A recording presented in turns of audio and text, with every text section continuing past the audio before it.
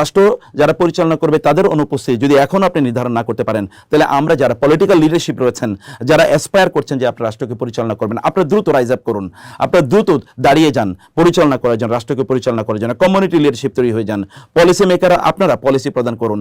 এবং আমরা বলবো যে যেখানে ছাত্ররা তোমরা যারা রয়েছে তোমরা দাঁড়িয়ে যাও, রাতগুলোতে তোমরা পাহারা দেওয়ার ব্যবস্থা করো, দিনে তোমরা পাহারা দেওয়ার ব্যবস্থা করো, তোমরা রাষ্ট্রকে পরিচালনা করার ব্যবস্থা করো। আমরা প্রত্যেকটা অঞ্চল ভিত্তিক বলবো যে অঞ্চল ভিত্তিক প্রয়োজনে কমিউনিটি লিডারশিপ তৈরি করুন।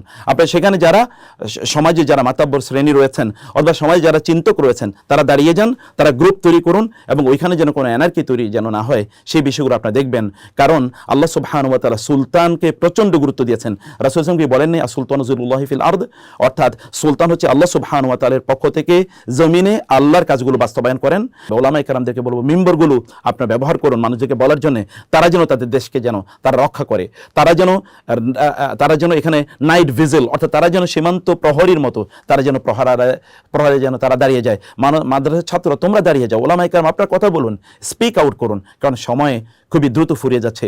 আমরা কিন্তু চারিদিকে খারাপ অবস্থা দেখছি, ভালো অবস্থা দেখতে পাচ্ছি না, সকল রিপোর্ট সব জায়গায় আসে না, সব কথা আমাদের কাছে সমানভাবে পৌঁছে না। কিন্তু আমরা আমাদের এই প্ল্যাটফর্মটা থেকে আপনাদেরকে এই আবেদন জানিয়ে যাচ্ছে আপনার দ্রুত অ্যাকশনে নেমে পড়ুন। আল্লাহ সুবহানাহু ওয়া তাআলা আমাদেরকে এবং আমাদের রাষ্ট্রকে রক্ষা করুন।